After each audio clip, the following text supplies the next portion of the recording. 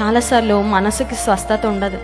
Mind ఇంత వంకరగా ఉందేంటి, మనసులో ఆలోచనలు ఎందుకు ఇట్లా చెడిపోయాయి, ఎందుకు ఇంత దుష్టత్వం, ఎందుకు ఇంత డిప్రెషను, ఎందుకు ఇంత నెగిటివిటీ, ఎందుకు ఇంత యాంగ్జైటీ.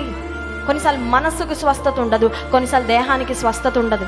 అన్నీ బాగానే తింటుంటాం, అంత కేర్ బాగానే తీసుకుంటాం, కానీ ఎందుకో తెలియని బలహీనత, ఎందుకో తెలియని సమస్యలు, ఒక వ్యాధి తర్వాత ఒక వ్యాధి నిన్ను వెంటాడుతూనే ఉందేమో.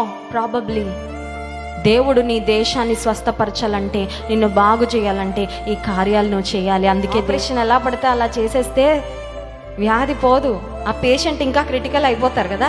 దెర్ ఇస్ అ వే, ఒక మెథడ్, ఒక పద్ధతి ఉంటుంది. ఏంటి?